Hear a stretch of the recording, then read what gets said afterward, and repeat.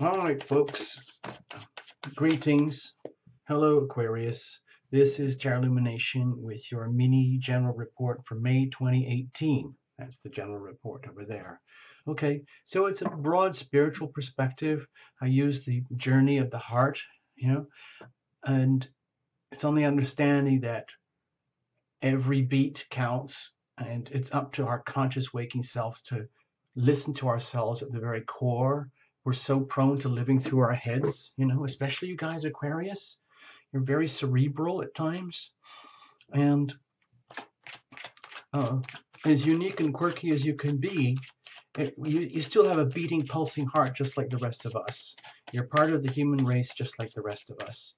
And a lot of us are in dire need of paying much more attention to our heart, okay?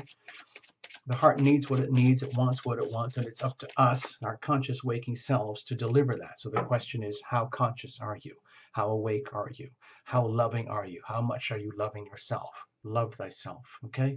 I'm going to go into a little bit of astrodoodle notes in a moment because it's such an important month.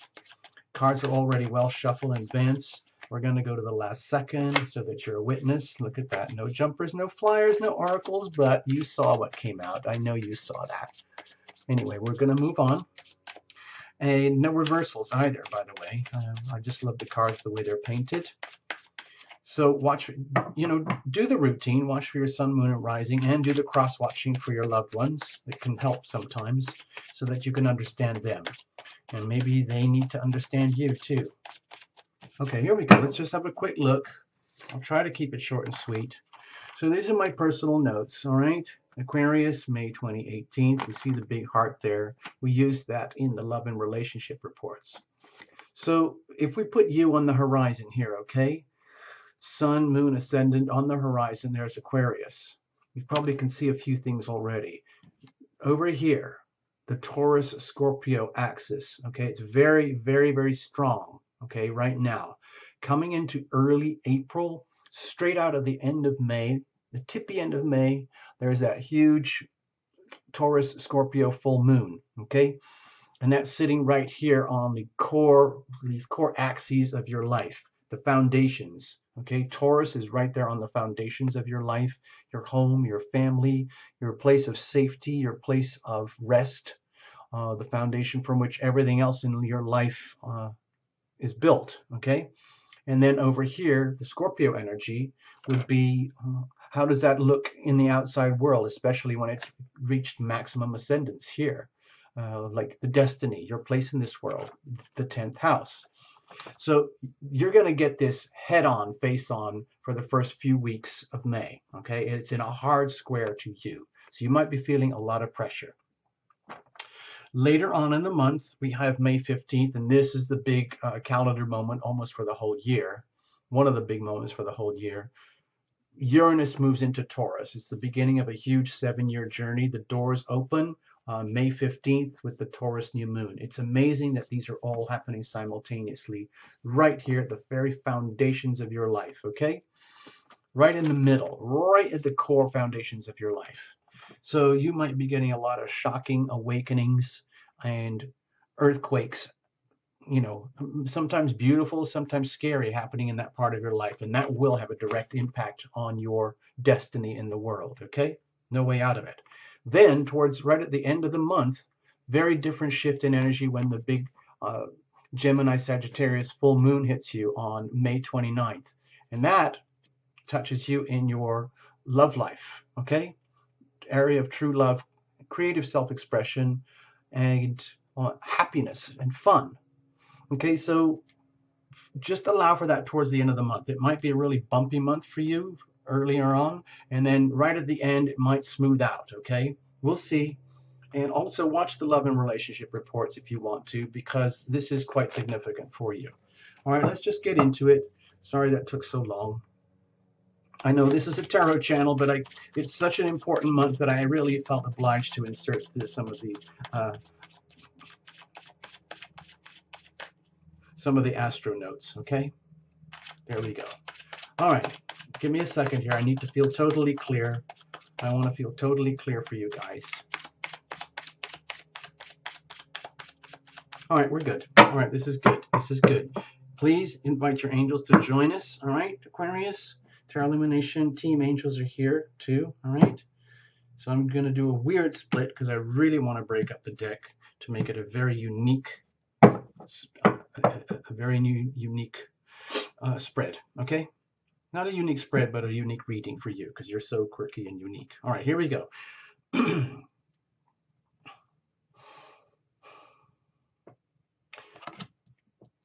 This is you at the very heart, okay? The very core of you, your heart pulsing and beating. The heart needs what it needs, it wants what it wants, and it's up to you, conscious Aquarius, to feed that, nurture you, love thyself, okay? Hopefully you're listening, okay? Over here, legacy energy, history, baggage, whatever it might be. Maybe you had a really freaky time around February with all the Leo Aquarius eclipses. Maybe you're still shaking and quaking. Maybe you're already anticipating the big eclipses coming in August. Who knows? Maybe you're having a sweet, rosy time. We'll see. Over here, the energy of the ever-present now. This is sometimes very awkward energy for a lot of people. A lot of people prefer to dwell on the past and from there project into the future. And like, in other words, well, my past always sucked, so I can guarantee my future sucks. It doesn't have to be that way. The ever-present now is always in a state of flux, and it opens you to the gateway of your power, which is expressed through the healing power of your decisions, okay? That's where you own your power. That's how you own your power. And it is by exercising this amazing privilege that we have as human beings to make conscious, deliberate decisions that could defy our limbic behavior, our autonomic reflex behavior. That's what gives us a lot of power if we choose. You can neglect that. If you want to, you can live your whole life on autopilot, default settings, and anything that goes wrong, you can blame it on the planets and anything and everyone else. But that's what I would consider a low frequency way to operate. There are so many opportunities when you choose to elevate your consciousness and stay more and more present in the now and activate the healing power of your decisions accordingly. So how are you going to do that effectively? So you make decisions that are most loving for you, because that's what's good mostly for you, and that's what's good for everyone else, especially your loved ones. Loving thyself first of all, okay? And in so doing, creating consequences. Now, if you're one of those souls who likes to abdicate your decisions and let everyone else make their decisions for you and your decisions for you, then this might feel more like fate. It's almost like, well, my boss told me to do this, and my school turned me into one of these people. My parents raised me in such a way that blah blah blah. I have no say in anything. Okay, and that would feel more like fate. But over here, let's just say you are in your power and you really like to be in your power, or you want to be in your power. Then you can generate consequence. Now, of course, it's very hard to be there all the time. We fluctuate, we rise and fall as we oscillate between our strength and our weakness, our fears and our courage. So what happens if we mess up on a decision? Okay, we're always looking forward to what's happening next. What's for lunch? What's for dinner? What's going to happen on the weekend? How are you going to save up money for the future? How are you going to improve your love life? Whatever it is, pay off college debts, whatever it is, making decisions to do that. Okay, so what does it look like if you screw up on your decisions? And then, of course, the reciprocal, what does it look like when you make good decisions? Okay, how does that feel? And then there's the momentum going boom, straight into the next heartbeat. Please, I hope you can see this as a heart. Please be very generous with your imagination. Please allow this at the very, very core, literally like the core of your being. Pumping the nutrients into you throughout your whole system, pumping the wastes out of you to the waste system, okay? And then from there onwards. It's up to you, the conscious Aquarius, to listen, and acknowledge and love thyself, okay? We're going to look at circumstantial energy to get us started. You're going to make the best of that. You have the lovers, okay? So this is a time of very big, important decisions for you. I'm not going to turn this into a love and relationship reading. You can watch the other playlist for that, okay? We're going to, let's say, the theme here is understanding how the decision-making phenomenon is so important in your life and the outcomes in how your life works, okay?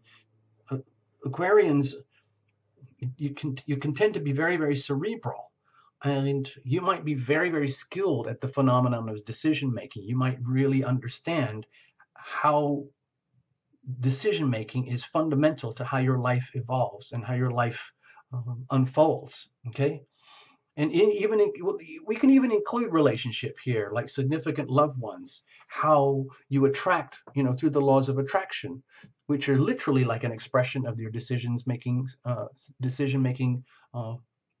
faculties anyway. You attract what works and what doesn't work either way, and then you live with the consequence. So to me, it feels very important in this reading to understand how important it is to stay in the now, and how the phenomenon of decision making is so fundamental to your own happiness, and how love unfolds for you, how love comes to you, and how love is lost. Okay, it's literally like a formula. Okay, this, we could say, perhaps relates a little bit to this love and romance section over here, but this is that you watch a separate playlist, okay, for that. You can do that.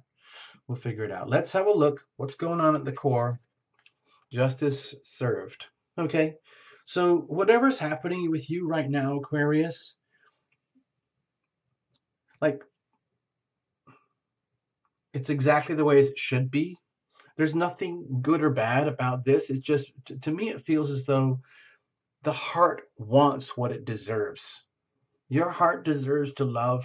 Your heart deserves to love and be loved, okay? It's absolutely fundamental to human nature, young, old, whatever your culture, whatever it is, to love and be loved. That is the ultimate goal, pretty much, of all life. That's how we propagate. That's how we love ourselves, love each other. And to me, it feels here with the Justice card that your heart knows that completely. And it's just waiting for you to acknowledge that and respond accordingly. It's almost like saying, please, Aquarius, let's get on with this.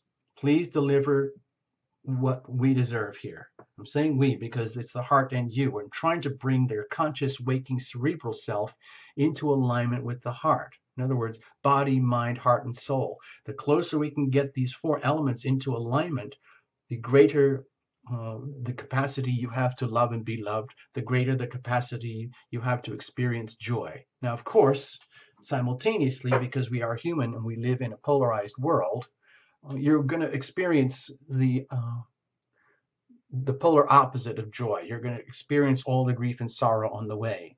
But in a world of duality, it's inevitable. If you think you can always stay high all day, every day, fine, and never ever have to come down. You're basically building a crash. It's like what happened in Wall Street years ago.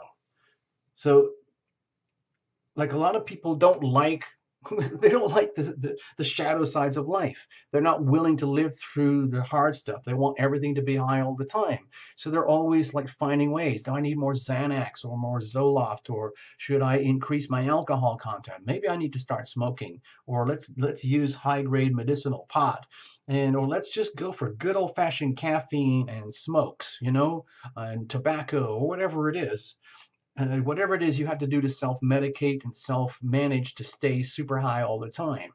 In some ways, that's a recipe for disaster, because eventually we have to integrate with the ebb and flow. The heart knows that already. The heart wants what it needs, wants what it wants, and up to you to listen, okay? What are you bringing in with you? Okay. All right, my feeling with the Page of Pentacles is that you kind of know this already. You're perfectly aware, more or less, what we're talking about here. It might, maybe not in great detail, but in terms of the fundamentals, and you want this to work. You actually really want this good stuff to happen. You want to deliver to your heart what your heart justly deserves, and you're already doing the best you can. So congratulations, dear Aquarius. This feels like if you were coming in here to have a meeting with Tarot Lumination, I would be looking at you thinking, you know what, Aquarius, you're doing a really, really good job. I can tell that you mean the best. You have the best of intentions for yourself, to love thyself. in evidence. In other words, you know it's all about love is as love does. But it's also a question here, like what more is there? What more do I have to do? Because it's a never-ending journey. We're always ascending. And because if you're not, then you're descending. But we have to understand that it goes in waves and cycles. And you're doing the best here. So maybe it's just a good thing that you just ended up landing here at Terra Illumination watching a little report like this to understand that there are cycles, understand that things are going to get really, really shaken up for you in the foundations of your life over the next 7 years. There's going to be certain calendar moments that are going to be triggered every year at certain moments in time. For example, May 15th every year, this area of your life in your world is going to be triggered. There's no way out of it. It's just a question of degree. So let's have a look. What about the ever-present now? Okay. With the death card here, my feeling is that it's almost like you're prepared. You totally get it. You totally understand that big, huge transformations are coming inevitably, and there's no way out of it. It's like you've already prepared yourself. You're doing the best you can. It's like being prepping yourself up for a big journey and loading up your backpack with everything that you know you need that has to work properly, and anything else just needs to be left behind because you're not going to be able to take it with you. The only thing that counts are the core raw ingredients that you know that work very well already, and then you go forward in the journey from there, knowing that there's huge levels of transformation and evolution still to come ahead. And you're going to trust in your trusty backpack full of spiritual guidance and spiritual GPS devices that you, Aquarius, probably designed yourself. Okay, at least you've worked on that already to create your own inner compass, your own inner guidance system, enough to get you prepped up for the present moment now, where you have, like, to me it feels like, I know it looks like a freaky card, but to me it looks like you're totally prepared for this. That's what I'm feeling here, is that you, deep down, Aquarius, you are very aware of this polarity that's happening in the foundations of your life and how it's going to affect your destiny. And it's almost like you're saying, you know what, just bring it on. You know what, just bring it on. I've been waiting for this. I'm going to treat this as an amazing opportunity. I know there's going to be a lot of shedding. It might be scary. It might be weird. It might be like, I might be feeling as though I'm on the edge of a precipice where, you know, when you reach those moments of profound transformation where you feel like you're dying from the inside, as you almost like blacking out, when you realize there's no going back in a situation. You either said something or did something, or somebody said something or did something to you, and that changes everything forever. It could be something external. Maybe something happened in politics or economy or in your job or whatever, but it has a radical transformational shift on your life over which there's no going back. So in the moment, in the now, to me, this is very, very, very good news that you have this here, because it tells me that you're very clued in to the massive upheavals and transformation that is inevitably going to happen. So I'm very happy to see this for you, even though it might be scary, because if you notice, there is something very beautiful on the very, very, very tippy horizon over here. All right. So that awaits you, but it will unfold more and more and more as we go along. It's in the present where you own your power, own your decisions. So it requires great courage to stay there and be there. The decision-making energy looks like the Hangman. So this indicates to me you're already prepared to feel completely wigged out, disembodied, and disoriented as you head into this chapter, this period. Let's just say May itself could be disorienting for you, as those first moments of the first rumblings of awakening when Uranus hits a Taurus at the 0-degree mark, like out of a weird sci-fi movie, like you're driving through space and then your whole ship kind of goes like that, or you've just landed on some super new planet and you get there and everybody looks around and goes, cool, wow, and then the whole planet goes like it. And then you figure out, well, what do we do now? Oh no, it's a big oh no moment here. So how are you going to take advantage of that and make amazing decisions at that time? Well, my feeling is pretend you're like one of the boss leaders in like a TV sci-fi shit thing, like Lost in Space or something, where you have to make really, really life-critical decisions almost, every half hour in order just to get through every day. In other words, you can't sit on your butt and just cruise through like, oh, switch everything on autopilot. No, not at all. It's all full alert here, full alert, being very aware that you're kind of like zooming through space, and there's big shifts and transformations at the foundations of your life, which are going to affect your destiny, your outcome. So it's epic stuff, okay? So how do we do this in a way that's most loving for you? Pretend you're the captain. You have to keep yourself alive because everyone else is counting on you to keep the ship going and the journey going, okay? As innocent as you all are, all the different ingredient parts of you are in this journey. Wow, you've got a lot of arcana here. Look at this, Aquarius. Well, it doesn't surprise me because, we're dealing with energies right on the angles here. 1, 4, and 10. These are angles, hard angles. So you're really going to feel it in your life physically. So to me, this is a real call to action reading. At this point in time, this is a huge wake-up call. Like, wake up, Aquarius. It's important. It's time for you to take charge now. The heart is saying, bring me what I need. Bring me what I deserve. It's going to be epic. You're going to go through an amazing journey to get there and make it happen. Just do what has to be done. And your heart has spoken. Now it's up to you to listen. So it means taking absolute control and taking full charge of the situation, fearlessly going into the unknown, allowing that you're going to get totally wigged out and disoriented, just like a weird sci-fi movie. Okay, so let's have a look. Consequently, okay, so you know how in sci-fi movies they get into the heart of the matter? Let's say, you're taking a break and you say, someone else take the wheel for a while. I need a break. I need to love myself. I need to come back refreshed. So you go back into your sleeping pod and you get injected with nutrients, and your team takes over and everything's cool and the ship is moving through space and you're evolving and growing.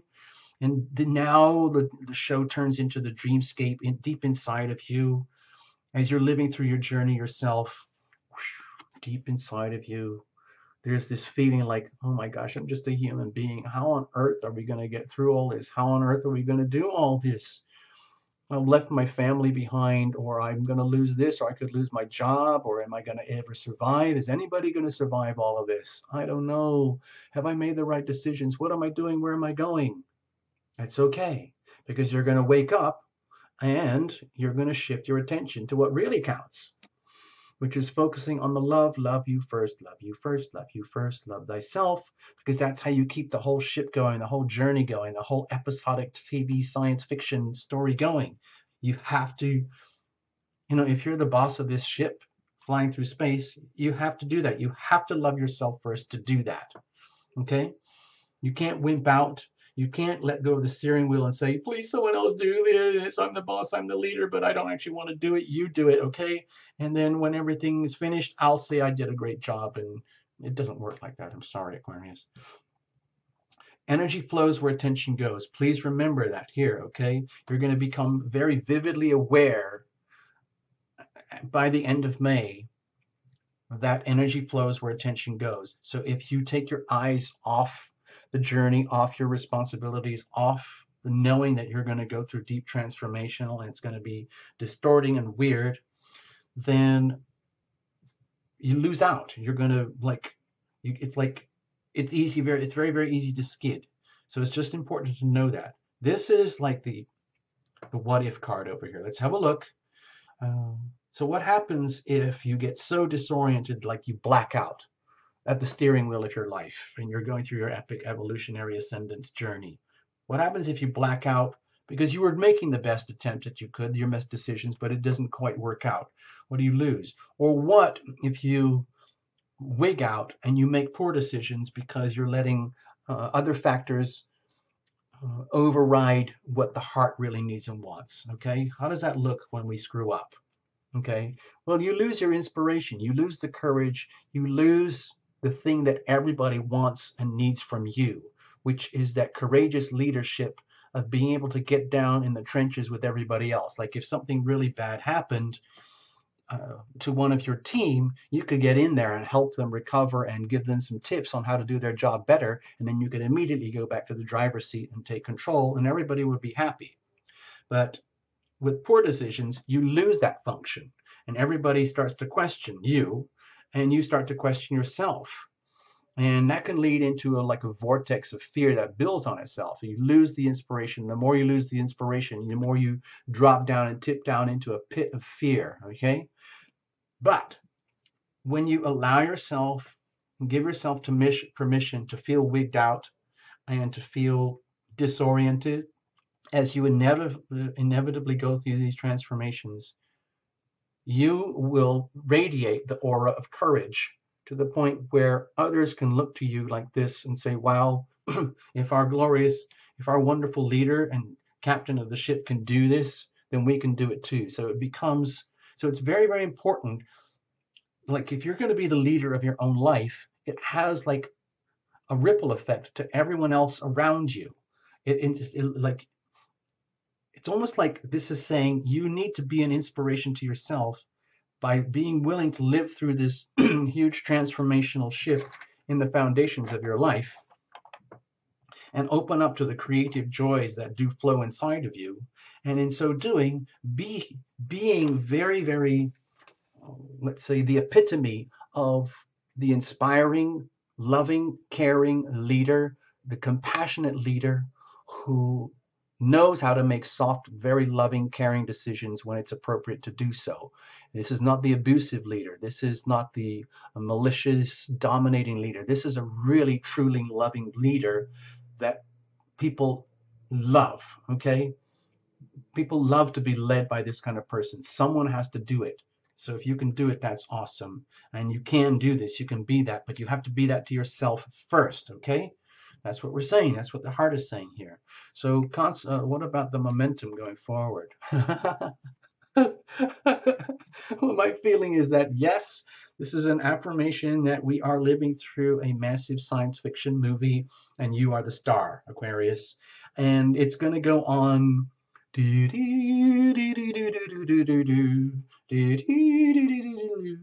the next episode. It's always going to be a mystery what lies ahead of you. But that's the beauty of this. Like all the big shocking awakenings that are going to happen here inevitably in the foundations of your life, they will have direct impacts on your destiny in the world. This is kind of epic stuff. And the thing is, we don't know what that is. It is to unfold.